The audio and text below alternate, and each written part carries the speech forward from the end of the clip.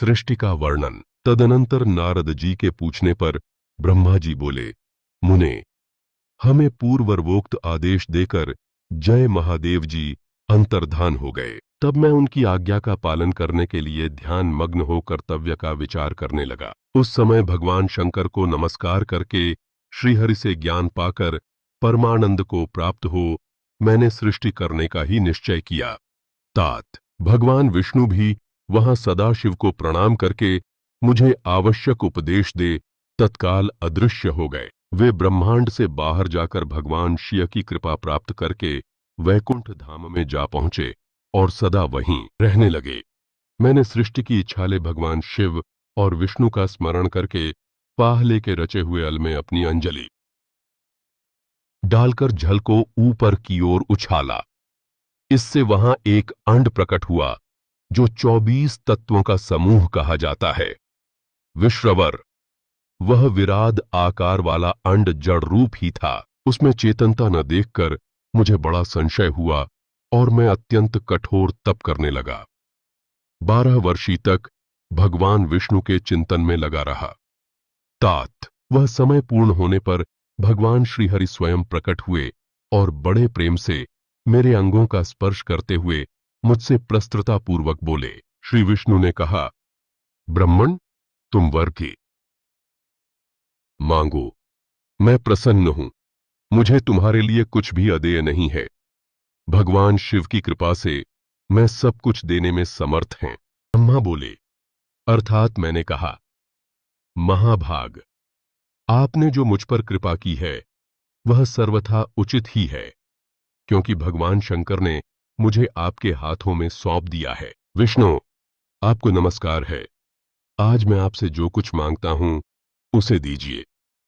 प्रभो, यह विरारूप 24 तत्वों से बना हुआ अंड किसी तरह चेतन नहीं हो रहा है, जड़ीभूत दिखाई देता है।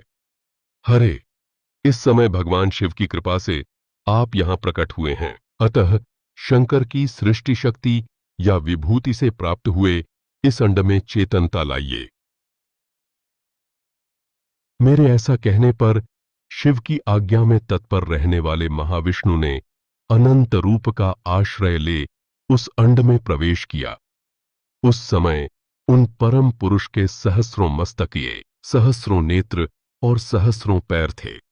उन्होंने भूमि को सब ओर से घेर कर उस अंड को व्याप्त कर लिया। मेरे द्वारा भली भांति स्तुति की जाने पर जब श्री विष्णु ने उस अंड में प्रवेश किया तब वह 22 तत्वों का विकार रूप अंड सचेतन हो गया। पाताल से लेकर सत्यलोक तक की अवधि वाले उस अंड के रूप में वहां साक्षात श्री हरि ही विराजने लगे।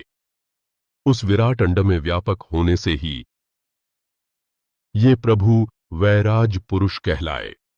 पंचमुख महादेव ने केवल अपने रहने के लिए सुरम्य कैलाश नगर का निर्माण किया, जो सब लोकों से ऊपर सुशोभित होता है। देवर्षे संपूर्ण ब्रह्मांड का नाश हो जाने पर भी वैकुंठ और कैलाश, इन दो धामों का यहां कभी नाश नहीं होता। मुनिश्रेष्ठ, मैं सत्यलोक का आश्रय लेकर रहता हूं। तात महादेव जी की आज्ञा से ही मुझ में सृष्टि रचने की इच्छा उत्पन्न हुई है।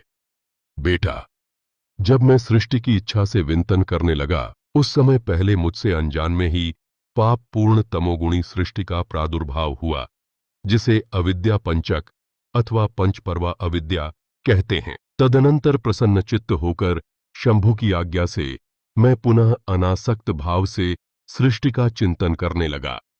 उस समय मेरे द्वारा स्थावर संजक वृक्ष,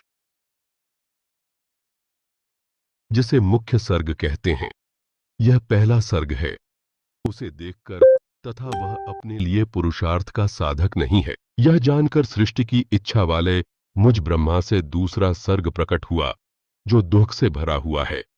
उसका नाम है तिर्यक स्रोता। वह सर्ग भी पुरुषार्थ का साधक नहीं था। उसे भी पुरुषार्थ साधन की शक्ति से रहित जान जब मैं पुनः सृष्टि का चिंतन करने लगा तब मुझसे शीघ्र ही तीसरे सात्विक सर्ग का प्रादुर्भाव हुआ, जिसे ऊर्ध्व स्रोता कहते हैं।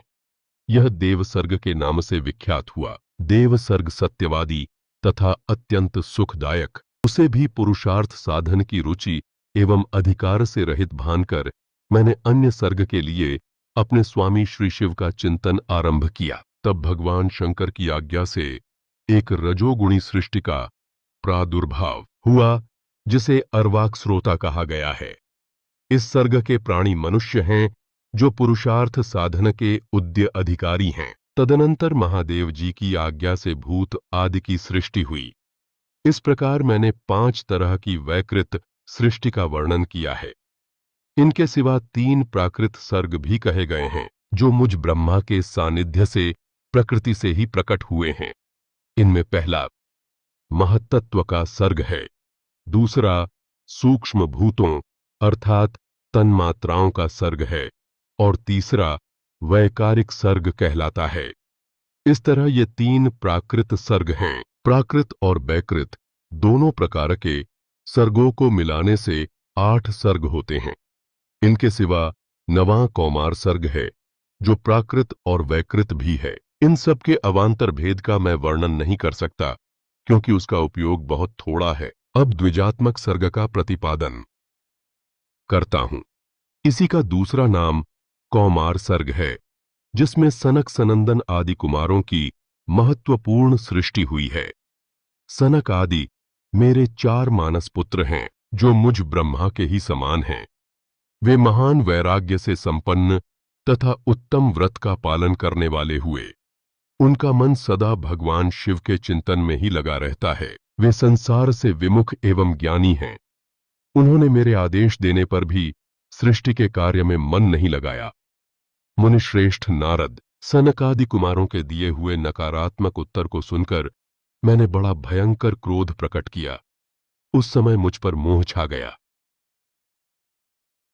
उस अवसर पर मैंने मन ही मन भगवान विष्णु का स्मरण किया। वे शीघ्र ही आ गए और उन्होंने समझाते हुए मुझसे कहा, तुम भगवान शिव की प्रसन्नता के लिए तपस्या करो। मुनिश्रेष्ठ, श्रीहरि ने जब मुझे ऐसी शिक्षा दी, तब मैं महाघोर एवं उत्कृष्ट तप करने लगा।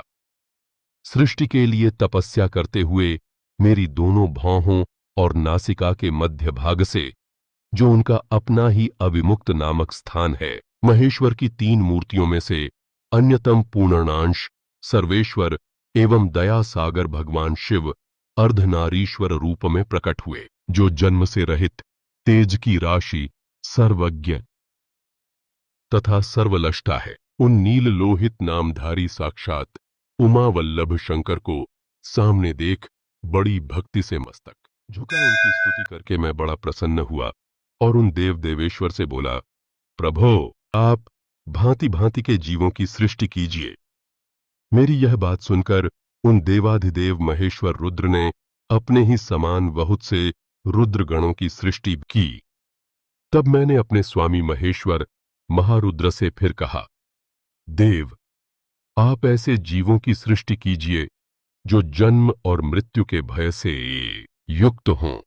मुनिश्रेष्ठ, मेरी ऐसी बात सुनकर करुणा सागर महादेव जी हैस पड़े और तत्काल इस प्रकार बोले। महादेव जी ने कहा, विधातः, मैं जन्म और मृत्यु के भय से युक्त अशोभन जीवों की सृष्टि नहीं करूंगा, क्योंकि वे कर्मों के अधीन हो दुहक के समुद्र में डूबे रहेंगे। मैं तो दुहक के सागर में डूबे हुए उन जीवों का उद्धार मान्य करूंगा।